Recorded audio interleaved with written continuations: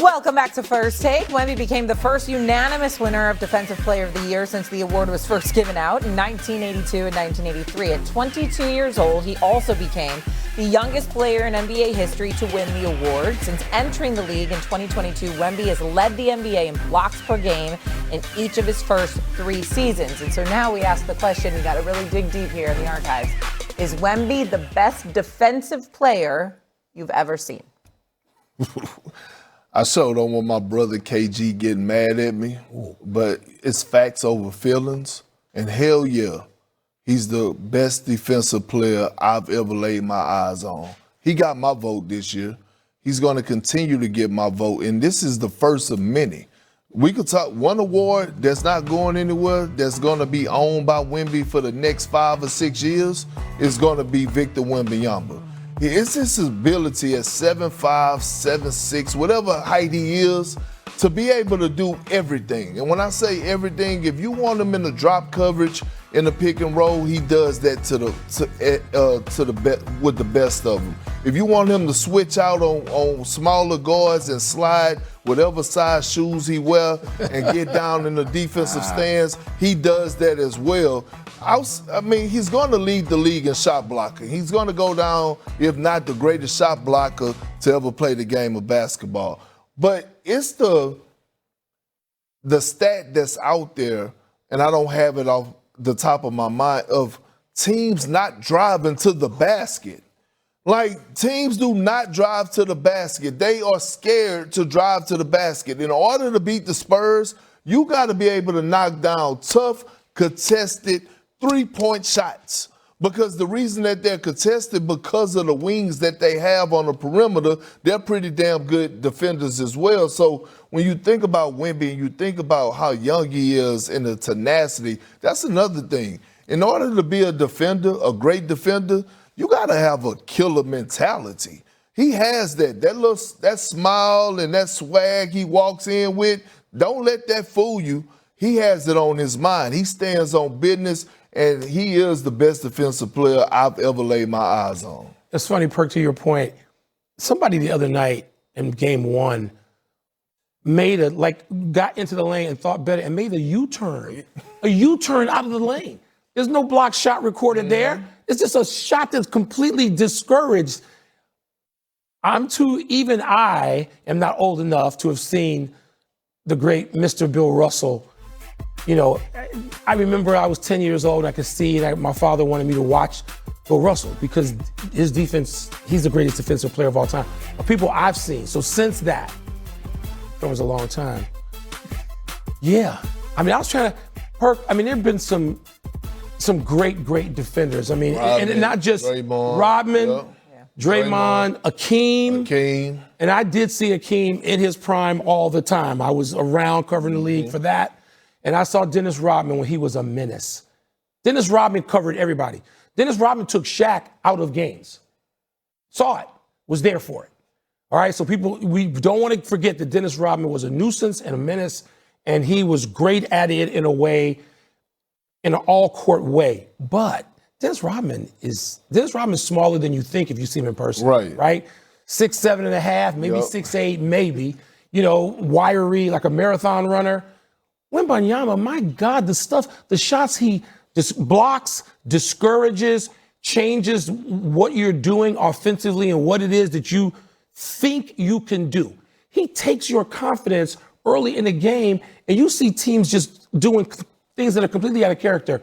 So, man, it looks like I can't imagine. I'm trying to think of who else I even want to put in that conversation. It's a real small list. It is. And before you go, it's like you think about Ben Wallace, who is great, in my eyes, who is the greatest undrafted player to ever play the game of basketball. But we're gonna look up, and if Wemby stays healthy, he's gonna have 7 to 8 Defensive Player of the Year awards. 7 to 8 of them. Not 4 or 5, not 6 or 7 to 8.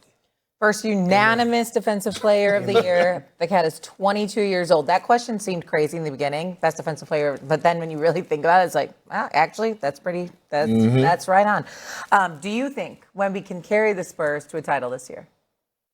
No. And I am captain of Team Wemby. I stop what I'm doing. I don't know that he's going to go on a list for me. My whole life, I feel fortunate. I got to watch Muhammad Ali, Michael Jordan, and Tiger Woods. That's the list. That's the list of things I would make up excuses. I would lie and say, I can't get to your wedding. I got to work because I'm watching Tiger on Saturday and I ain't going. All right. So those three people to me were people that defined sport as we know it. There have been others. Those are the three for me. I now am watching Wembanyama with that same early curiosity and fascination. But I don't think the NBA is about despair. Perk knows this. Mm-hmm. He talks about the one title. I was there for other times where he gets a broken something or other and can't play in a game 7. They probably would have won and he'd have a second one and maybe a third one. So it's about despair. That defines NBA championship pursuit. I don't care who you are except three people. We mentioned Bill Russell already. Bill Russell, Magic Johnson, Tim Duncan. Other than that, of the primary players, who didn't have that kind of despair? I know Michael Jordan had it. It took to year 7. We know LeBron had it. It took to year 7. You can still see him walking out of Boston Garden, taking his jersey off. Mm-hmm. The greatest players have despair before they win. As a rule, overwhelming. Do I think that Wembanyama can lead a team past Denver and OKC if it comes to that this year? I know, Perk, I'm close. I'm like close to giving in on my own. You know, you have these rules of thumb that you come to live by because you've been around this stuff for so long. And I'm gonna take it. You could go to football too, but the NBA particularly.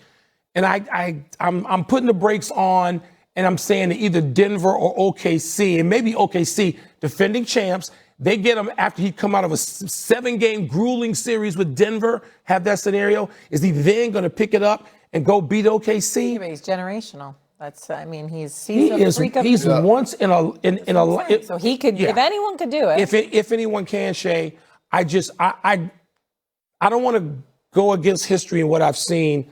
There are three people who've defied it. So he could be the fourth. Well, I'm gonna continue to stay on. I'm gonna continue to stay on that hill by myself right now, Wilborn. To be honest, and I got the Spurs winning the championship this year. I have them winning the championship, and yes, it's because of the generational talent of Wemby, but it's the others. Yeah. Keldon Johnson, who's probably going to win Sixth Man of the Year, right? Got a lot of experience, Olympic gold medalist, got some experience with that. He didn't play as much, but learned a lot from all-time greats.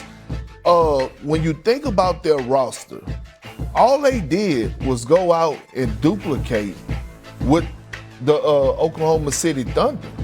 They went and got a whole lot of big guards and big wings that could play both sides of the basketball, that could create, that could shoot.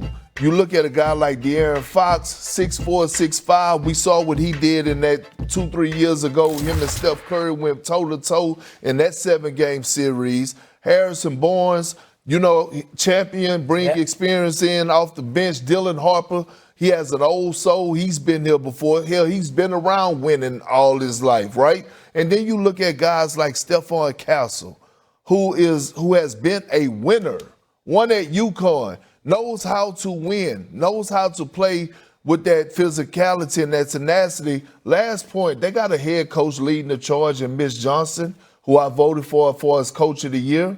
The reason I voted for him, and one of the reasons that I got the Spurs pick to win, is because he has got these guys bought in where they play agenda-free basketball and they sacrifice for the betterment of the team. And when I saw them game 1 walk in with all their suits on that Kelly Olynyk's bought, see, people thought it was a fashion statement, but to me, that showed togetherness and that showed chemistry because everybody walked in with their suit on. See, last but not least, let me tell you something. If you know a person and you got love for a person and y'all chemistry is to the highest level off the floor, you're going to go that extra mile for that person on the floor. And that's what we see right now. They have a form. Well, I want to put a point on something with Castle. Castle, to me, and I thought this when they drafted him, Castle is the new Kawhi. And I don't mean play style. I'm talking about just, remember, Kawhi goes and he joins Tim Duncan and Manu and Tony Parker and Pop, and he's practicing in this laboratory of brilliance every day. He's got the demands put on him every day. Castle has that. Yeah. This is like, it was like Kawhi and back in 2012, 13, 14, and Castle comes and he joins this outfit that has a culture. Most overused word in sports, except San Antonio actually has it. They have a culture. They know what it is they're doing. It's tried and true. And he comes in, and you know what, Perk, I didn't do it. I really wanted to vote Castle third team All-NBA this year. Might it be a little early? Maybe. But he's coming. Yep. He's going to be a great player on his own. And to your point, if those guys can fit, maybe there won't be that despair. Maybe he won't. I am coming around. He's coming around. I'm coming, but I think he's on some big games coming. Coming up here on First series. Take. If LeBron and the Lakers go up 2-0 on the Rockets with the series